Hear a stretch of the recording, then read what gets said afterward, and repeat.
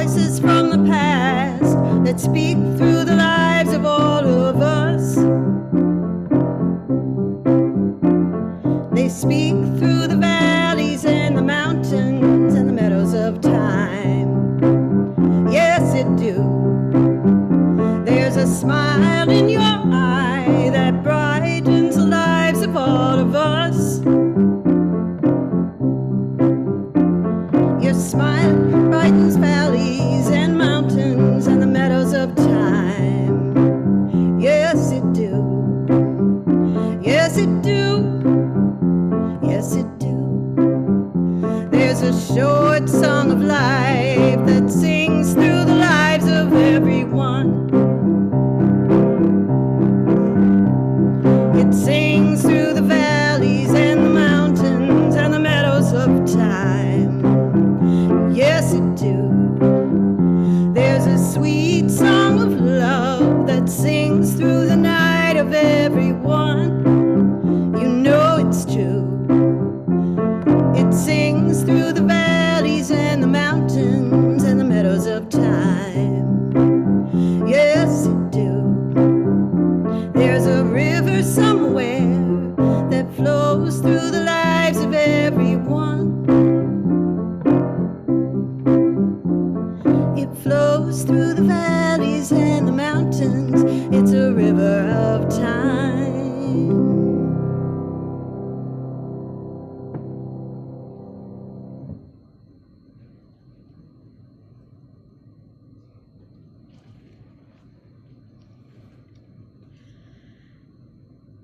Gathered here in the mystery of the hour, gathered here in one strong body, gathered here in the struggle and the power. Spirit, draw near.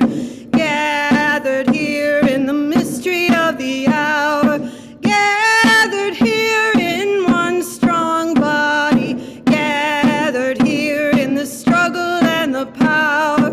Spirit, draw near. We who believe in freedom cannot rest. We who believe in freedom cannot rest until it comes, until the killing of black men, black mothers' sons, is as important as the killing of white men, white mothers' sons. That which touches me most is that I had a chance to work with people, passing on to others that which was passed on to me. Young people come first, they have the courage where we fail. And if I can but shed some light as they carry us through the gale, we who believe in freedom cannot rest. We who believe in freedom cannot rest until it comes. Water, heal my body. Water, heal my soul. When I go down, down to the water, by the water I feel whole. Water, heal my body. Water, heal my soul. When I go down, down to the water, by the water I feel whole. The river is a healer. The river is a sage. The river knows no end, and the river feels no age. The river is a leader every single day. It's living in the moment, and it always finds a way. Water, heal my body. Water, heal my soul. When I go down, down to the water, by the water I feel whole. The river is a traveler, always on the go. A river never worries if it's fast or if it's slow. River, take me to where I need to go, and I will just relax and let the river flow. Water, heal my body. Water, heal my soul. When I go down, down to the water, by the water I feel whole.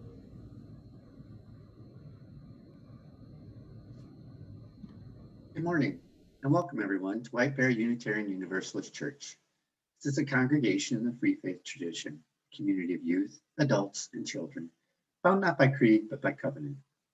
I'm Jim Van Ostrain, serving on your board. I use he, him pronouns.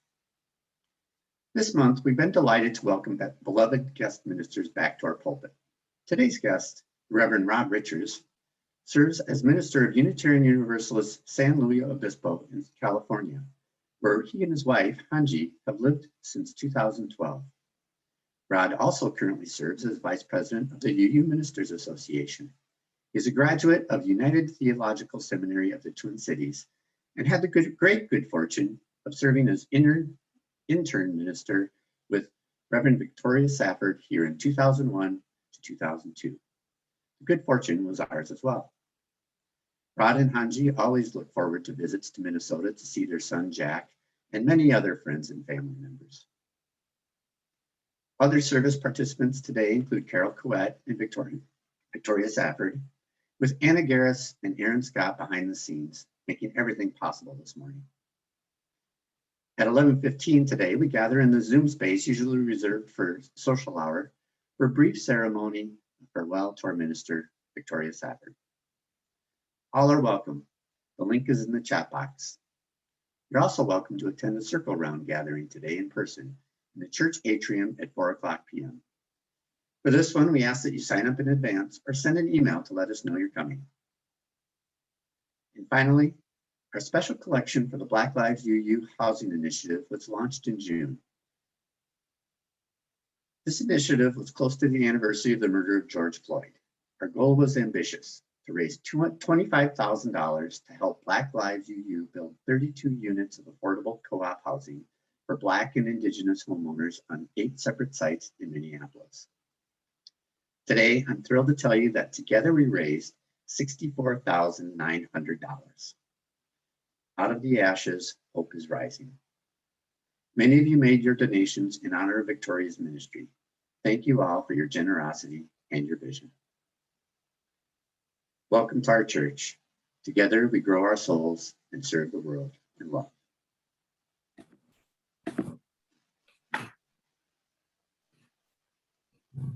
Come in. Come into this space, which we make holy by our presence. Come in with all your vulnerabilities and strengths, fears and anxieties, loves and hopes. For here you need not hide, nor pretend, nor be anything other than who you are and who you are called to be. Come into this space where we can heal and be healed, forgive and be forgiven. Come into this space where the ordinary is sanctified, the human is celebrated, the compassionate is expected. Come into this space. Together, we make it a holy space.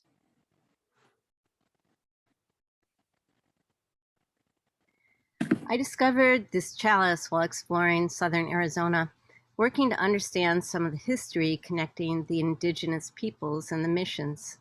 This symbol of a maze is from the Tohono O'odham culture, and the little man, Itoy, stands at the mouth of the maze. He starts his journey at birth, encountering many turns and changes, acquiring knowledge, strength, and understanding. I am at a twist and a turn in my personal maze, a liminal space where I am leaving something behind and moving towards something else, but not yet there. We members of WBUUC are in a crossing over space also. And Victoria, on this last Sunday of 22 years of Sundays, is on a threshold of significant proportions. Every Thursday, I have the privilege of providing daycare for my now 15-month-old granddaughter. I suppose she might not be the most amazing person on earth, but I have yet to find evidence of that. In any case, I am transfixed each hour I am with her by her constant engagement of all 5 senses, plus more I cannot see. Just being with her improves my awareness of sounds and my visual perception of tiny things and my need to taste everything. I light this chalice today as I step into the liminal space in my maze with all senses, including those that emanate from my heart, on full alert. May we all be wide open as we move into and through these next adventures in our lives, living the questions as we travel. And also, in this flame, which lights this chalice, is my deep gratitude for my 22 years at WBUUC with Reverend Victoria Safford. Thank you, and thank you.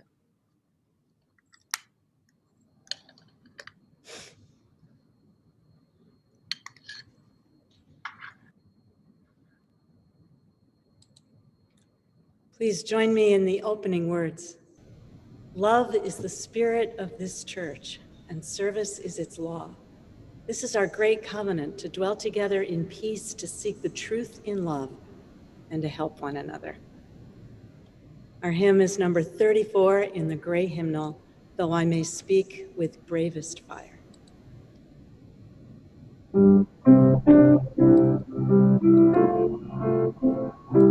Though I may speak with bravest fire and have the gift to all inspire and have not love, my words are vain as sounding brass and hopeless gain. Though I may give all I possess, and striving so my love profess, but not be given by love within, the prophet soon turns strangely thin. Spirit, come, our hearts control. Our spirits long to be made whole. Let inward love guide every deed. By this we worship and are free.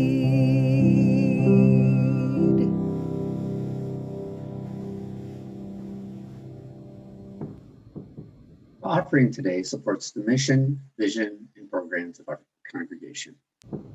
Sunday services, family ministry, music, pastoral care, and public witness. We hope you will be generous.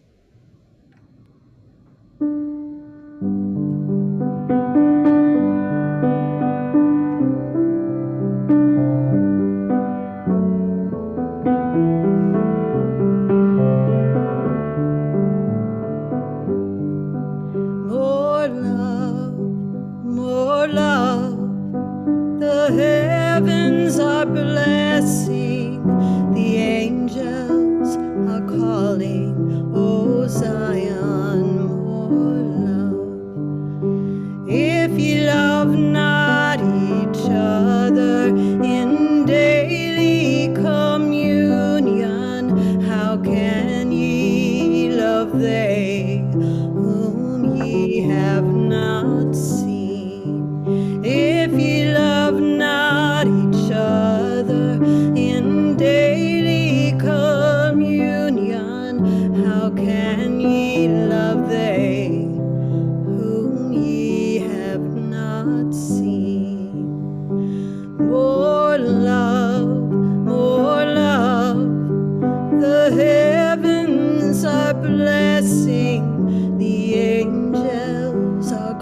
calling, O Zion, more love. If ye love one another, then love dwelleth in you, and ye are made strong to live by that word. If ye love one another, then love dwelleth in you, and ye are made strong to live by that word. More love, alone by its power, the world we may conquer, for true love is all. More love, alone by its power, the world we may conquer, for true love is all.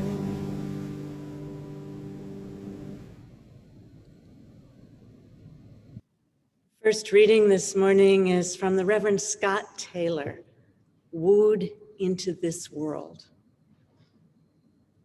Who dreamed you into being? What stories sat in their heart as they imagined what you would become? Who helped you imagine your story? Who helped you see your place in the story of the world? And what matters most? Who helped you understand that you could be the author of your own unfolding? All of which is a way of asking, who listened? Who listened till you could hear yourself speak, until you trusted the voice that is your own? And what about those stories of others, those kept in cramped spaces of silence for fear of how hard and how narrow this world of ours can be? Who needs your listening so their story can be set free? Whose story needs to be held in your heart so it knows it's worth entering into the world? We say it's about listening, but really, it's about love. It is through affection that our stories are born. They are wooed into this world. Never forget that, nor this. It is through loving the stories that we discover they love us back. The second reading is from Rebecca Solnit, from Whose Story Is This? Old Conflicts, New Chapters. This is a time in which the power of words to introduce and justify and explain ideas matters. And that power is tangible in the changes at work. Forgetting is a problem. Words matter partly as a means to help us remember. When the cathedrals you build are invisible, made of perspectives and ideas, you forget you are inside them and that the ideas they consist of were, in fact, made, constructed by people who analyzed and argued and shifted our assumptions.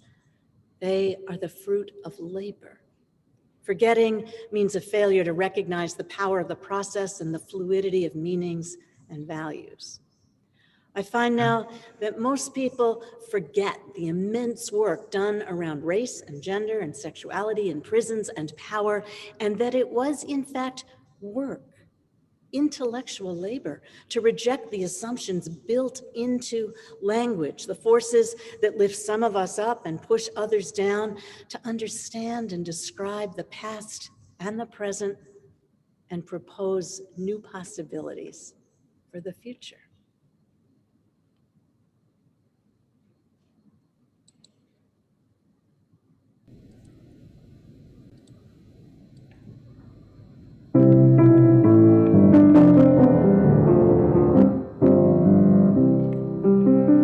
Ring them bells, ye heathen, from the city that dreams. Ring them bells from the sanctuaries, across the valleys and streams.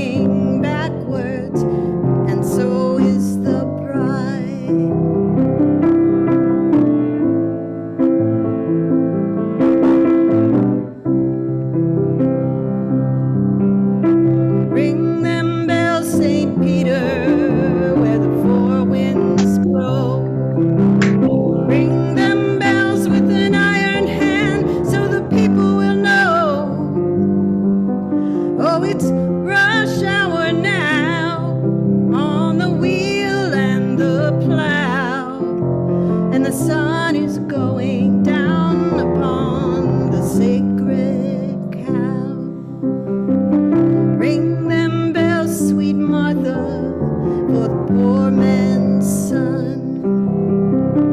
Ring them bells so the world will know that God is one.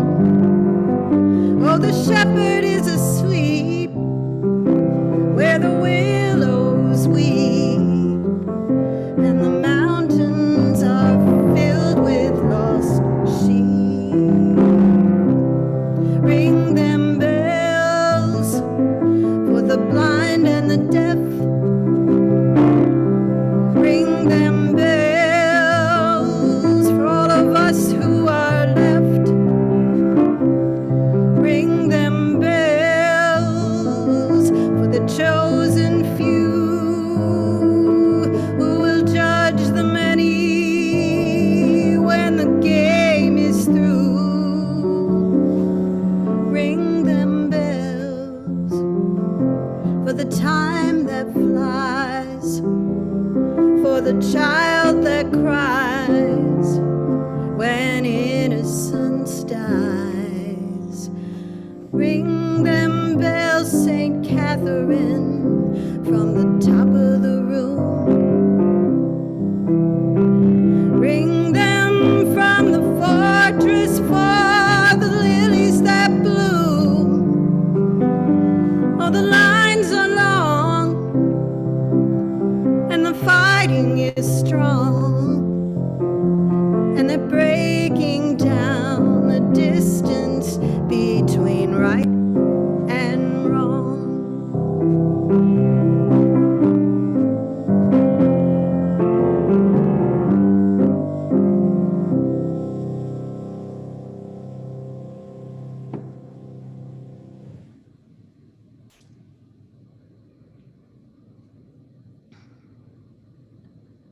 So let me begin with a confession. I have something of a complex. Just what you want to hear about from a guest minister, right? I have these problems. Can you all help me with this? But I have a complex about learning a second language. On the one hand, I have carried a great desire throughout much of my life to do so. I love the idea, the prospect of knowing, of being able to speak and read and think in an entirely, to me, new language. I have not done so. I have not learned a second language, and I could blame it on many things. I'm so busy with other work. I've just not found the right class. I've heard that an immersion program is the way to go, but I just haven't been able to arrange for this and organize my schedule such that, and on and on. There are many reasons, but a primary reason is fear. It is one thing to learn about something, to start with ignorance and begin that slow journey of education. It is another to engage that journey in public, explicitly in relationship, making mistakes and fumbling for words and saying the wrong thing in the wrong way with the wrong pronunciations in front of many witnesses, right? There is a fear that I will confuse or inadvertently offend someone in my clumsiness, and even more primal is my fear, a certainty that I will embarrass myself as I struggle to understand and perform what I feel like I should know. And because I have spent a good share of my life, excuse me, a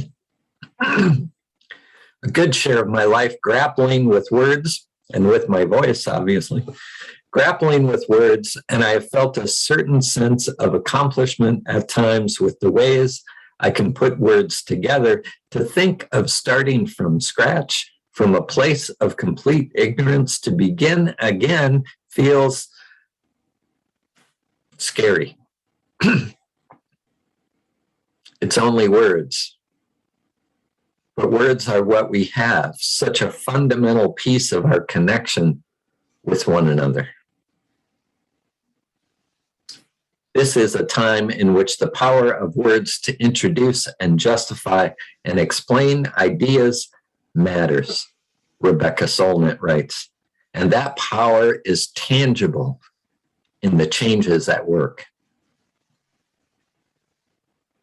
And there are changes at work. And I hear many people, many times people from my older white male, temporarily non-disabled, cisgender, heterosexual peer group, I hear many people complaining about those changes. And as silly and self-absorbed and self-protective and cowardly as my own fears are about the vulnerability I imagine experiencing in the process of learning a new language, I have to wonder if that is a piece of what is in play with the changing cultural language of our time. The power of words is tangible in the changes at work. And as the words change, I must learn them. And I might use them incorrectly, and I might inadvertently offend someone, and worse, I might embarrass myself, you see. I noticed this at work in the initial and ongoing tide of protests against political correctness. Protests which are voiced along the whole spectrum, from right to left and from the top of the class system to the bottom, because no one wants to be associated with horror of horrors, censorship. Can't we all just say what we mean to say? But that is the question, right? What is it we mean to say? And how do we best express it? And do we wish to respect others in the ways in which we express what we mean to say? Now, granted, to follow this line of thought, I would have to allow for the fact that I need to learn, that I don't know it all already, that I need to learn some things about the language I use from your point of view and not rely solely on mine. I may need to learn a new language, or certainly a new way to employ the language that I know. But rather than face that vulnerability, many choose to attack the whole project. And it is like saying, Spanish is a stupid language anyway. Or complaining that they won't let me speak English in my French class. Whatever happened to free speech? Or deciding that rather than taking the risk of inadvertently offending someone with my clumsy use of a new language, I opt rather to purposely offend them with the language I know, which doesn't avoid the offense, but does at least make me feel in control. Because that's a part of it, right? For me and my aforementioned peer group especially, we are used to being in control, sometimes without it even being apparent to us. Certainly without it being straightforwardly acknowledged by us. But when something like the way we use words gets challenged and we are made to feel uncomfortable about our proficiency in a new language of inclusion, we bristle, not against the discomfort. No, that would be petty after all. No, instead we cry out against the way it restricts our freedom. Really? Freedom? This outrage has traveled beyond political correctness, which seems rather quaint now, to focus on cancel culture and wokeness.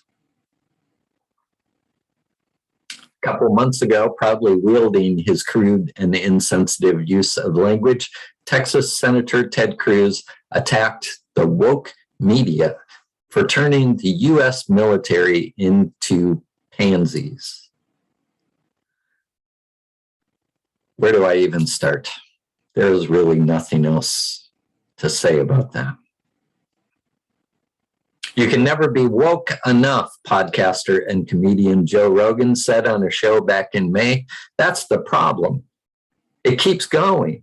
It keeps going further and further and further down the line. And if you get to the point where you capitulate, where you agree to all these demands, it'll eventually get to where straight white men are not allowed to talk.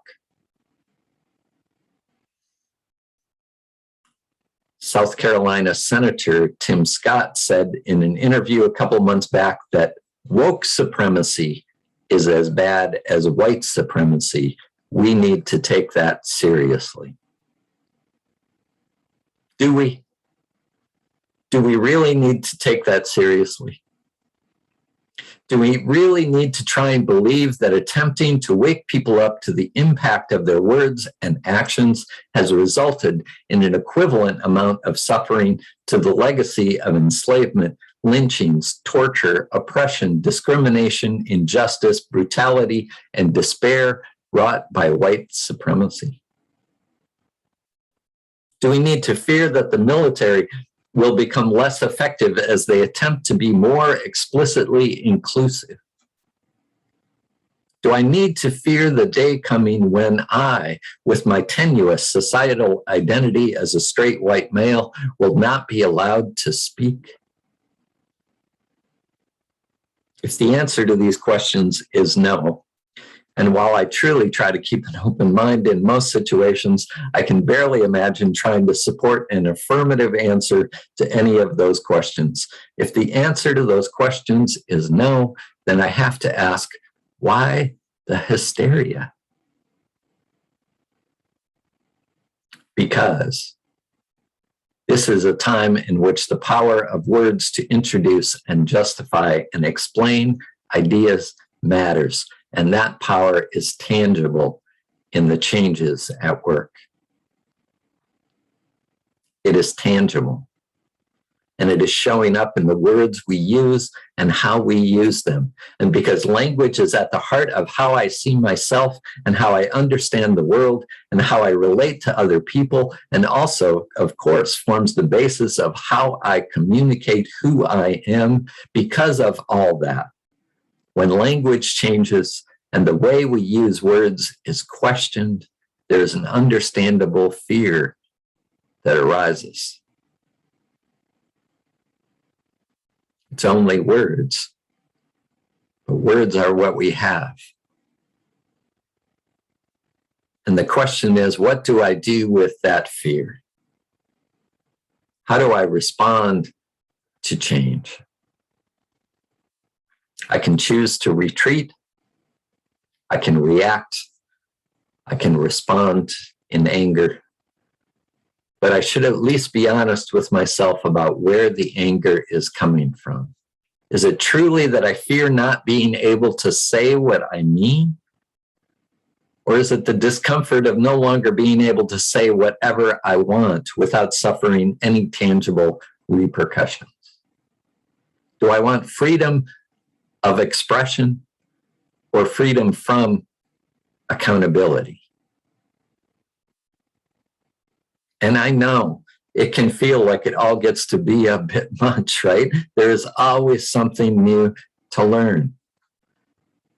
That is one point in which I will agree with Joe Rogan when he said, you can never be woke enough. It keeps going. It keeps going further and further and further down the line. I think that is true. But why is that not a cause for excitement rather than fear? For celebration rather than intimidation? Imagine language, which is a beautiful and clumsy tool by any definition and in any of its manifestations. Imagine language becoming more and more and more inclusive, opening up and out in ways that we cannot now imagine. Words that are specific no longer being treated as universal, which is maybe an unattainable goal after all, and words that shut people out replaced with words that welcome people in. And this is not a new phenomenon. This practice of challenging particular words and adapting language to be more inclusive has been going on, well, most likely since humans began using words to express ideas. to offer connection. But let me offer an example that has decidedly shifted in my lifetime. Mankind was once used to refer to humanity, all of us. Man was used in place of person, a representative person, an example from theology that one bumps up against often in seminary classes, the relationship between man and God, the works of man, man-made. It goes on and on. Now, if I spoke a lot about mankind in this service, I would hope that it would strike a discordant note. I would hope that you wouldn't stop listening, but that you would have some questions come to mind. Like, why does he keep saying mankind? Does he mean people? Why doesn't he just say people? And it is not enough to say, well, that's what it really means. It's not what it says. Even if we accept that it is meant to mean all of us, it still clearly carries the connotation that men are the ones who matter and everyone else matters in their relationship or their likeness to men. And if we applaud this change from mankind to humanity, from man to person, and whatever other ways we have found to correct and expand the words to actually include those they are meant to include, if we applaud that change, which I surely do, I cannot read mankind anymore without an inner wince. If we applaud that change, then we should also know that there were people who fought for that change. People who were no doubt called extremists, overly sensitive, enemies to free speech, politically motivated censors. There were people who fought for that change and helped to expand our awareness by changing the words. It's only words, but words are what we have. Words matter partly as a means to help us remember, writes Rebecca Solnit. When the cathedrals you build are invisible, made of perspectives and ideas, you forget you are inside them and that the ideas they consist of were, in fact, made, constructed by people who analyzed and argued and shifted our assumptions. They are the fruit of labor. Forgetting means a failure to recognize the power of the process and the fluidity of meanings and values. I find now that most people forget the immense work done around race and gender and sexuality and prisons and power, and that it was, in fact, work, intellectual labor to reject the assumptions built into language, the forces that lift some of us up and push others down, to understand and describe the past and the present and propose new possibilities for the future. Immense work to reject the assumptions built into language, to broaden our vocabulary, to be more inclusive, to challenge our creativity, to move us beyond metaphors that exclude or devalue or dismiss. It is challenging. It can be confusing, frustrating, embarrassing, watching for ableist metaphors, finding alternatives to words that assume gender binary, imagining how what is said may sound to people outside of a group of people like me, searching out and researching appropriate terms, asking questions, making mistakes, realizing there are no perfect answers, and that individuals within an identified group may offer a wide spectrum of opinion on what is correct, and that, as Joe Rogan said, you can never be woke enough. It keeps going. It keeps going further and further and further down the line. And so when you are feeling confused and frustrated and embarrassed and tired, take a moment to be grateful. To be grateful that we live in a time in which the power of words to introduce and justify and explain ideas matters, and that power is tangible in the changes at work. To be grateful to the people who carried out the immense work done around race and gender and sexuality and prisons and power that we take for granted today, and to be inspired by them. To be grateful that we are all, sometimes in spite of ourselves, learning a new language together.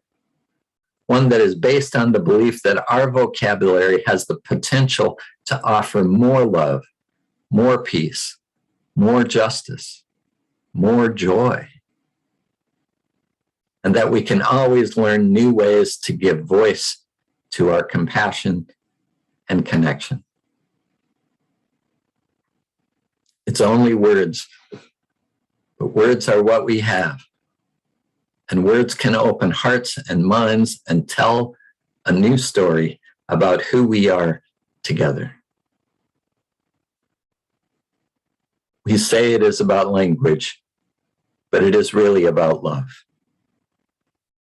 Speaking our true names to one another as near as we can approximate. Welcoming one another over and over again to the wonder of all that is. And saying, come in. Come into this space.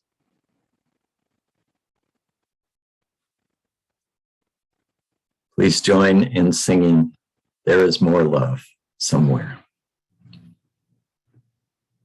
There is more love somewhere. There is more love somewhere. I'm gonna keep on until I find it. There is more love somewhere. There is more hope somewhere. There is more hope somewhere. I'm gonna keep on till I find it. There is more hope somewhere. There is more peace somewhere. There is more peace somewhere.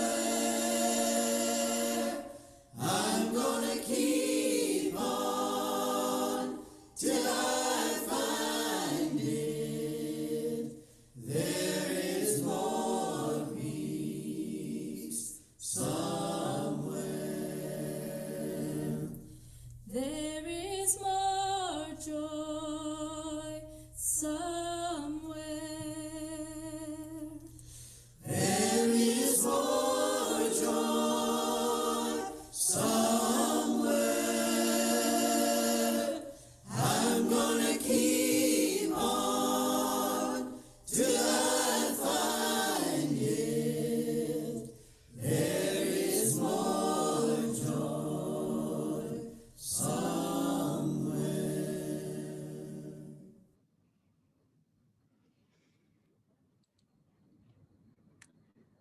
Rod, thank you.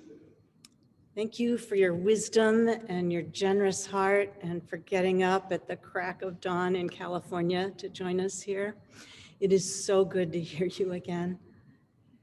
Your words about words mattering remind me of a poem chosen for a service that you and I led together at General Assembly once. Jean Lohman said, "Our words are feathers that fly on our breath. Let them go in a holy direction." Friends, for one last time, I invite you to join with me in the spirit of rest and readiness that is the spirit of prayer. Breathe deep the breath of life, the spirit of life moving through us and among us, miracle of oxygen, hydrogen, and love, mingling all that we are with trees and wind and with each other, even across the distance. Let's hold silence for just a moment together.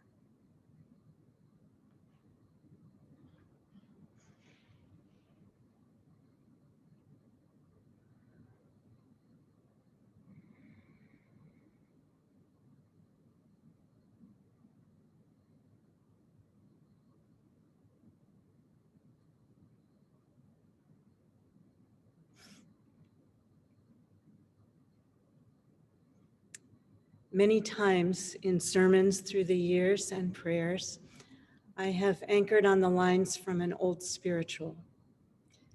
You've got to walk that lonesome valley. You've got to walk it by yourself. Ain't nobody here can walk it for you. You've got to walk it by yourself. Those lonesome lines sustain me, and they always have, because they tell the truth about our ultimate condition. And there's loneliness, and there's also dignity and worth in the intricate, unprecedented beauty of each person in particular. Every particular animal, every bird and blade of grass, each one of us, a small solitary star shining. What amazes me, and always has, is the courage, the hope, the risk that each of you has taken and others before you have taken to come into this place and join your own sacred, solitary shining, your vulnerable solitude to the tender loneliness of other people, to become a people instead of random persons out there one by one, each speaking your own language. What amazes me is how the circle expands outward, always outward, to include in the end everyone in its wide universalist embrace, its sympathy. Every living, breathing thing and broken heart upon this earth, all holy now. The risk is high when you come in. You could lose your independence, the illusion of control. Your voice might go unheard in the noise of other voices. Your sharp opinion or the edges of your ego be worn away, softened like a river stone. You could risk everything to come inside here, to know others and be known, and find that nobody talks to you at coffee hour. No one notices or sees you as you are. What amazes me is how deftly, how carefully you all consistently conspire to not let that happen to anybody. The softening, yes, but not the obliteration. You mean it when you say, come in, because you yourself were once outside, and it is a lonesome valley. Your vulnerability is, in fact, your strength. Your fears and anxieties named out loud and shared and thereby honored, imperfections sanctified. Your fears are transformed here in the magic daily alchemy of trust. And thus do they become compassion, hope, and power. You know that I believe that the light within each one of us, the inner light, is part of and not separate from the larger light, the larger love, primordial, shining down from stars and up from soil, glinting on the water. And we are here, each one of us, for just an eye blink of time. We are here to shine and help each other shine before we pass our light along. When I've told you in emails, in texts, in letters, in person, that I'm holding you in the light, that's what I'm talking about. And everything I know about this, I've learned by watching you become a people and be the congregation that you are called to be. And so a blessing for you all that you have heard many times before. May you never unlearn your sweet gentleness. May you keep tame that which rages dangerous within us all. And by keep tame, I mean transform your sacred rage into a mighty force for good. May you respect yourself and envy none. May you never once be used up. Remember who you are. May you win no victory that harms either yourself or another. May you ask for forgiveness openly, grant it often. May you know good teachers all the days of your life, honoring their vision, going forward in their name. May you give sympathy to all living things, and by your actions, lessen the tides of human sorrow. May you find a noble calling, adding to the sum of human happiness and singing your heart's own song. May you know great joy, great peace, great love. So be it. See to it. Amen.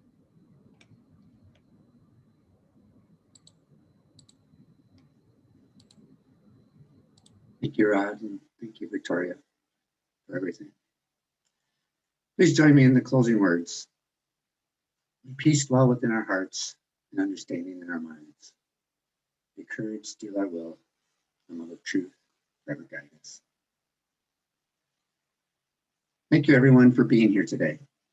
At 11:15, in just a few minutes, we'll hold for a brief ceremony of farewell to our minister, Victoria. We use our social hours Zoom space. The link is in the chat. All are welcome. Take care, everyone. Stay well.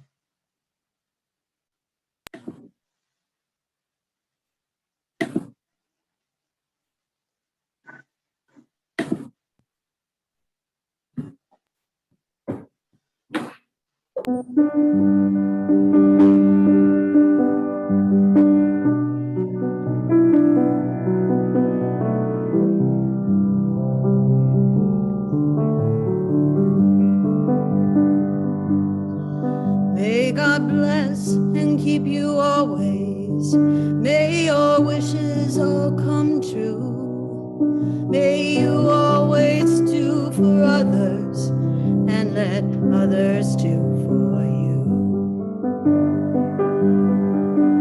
May you build a ladder to the stars and climb on every rung. May you stay forever young,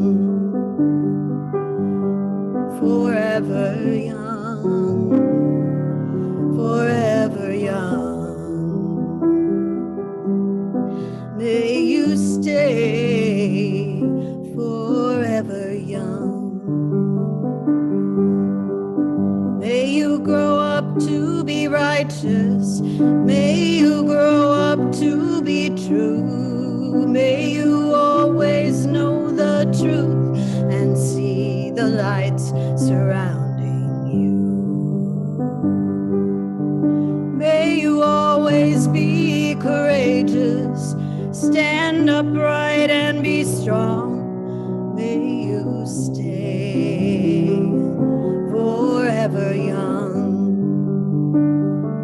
forever young, forever young. May you stay forever young. May your hands always be busy. May your feet always be swift. May you have a strong foundation when the winds of changes shift. May your heart always be joyful. May your song always be sung. May you stay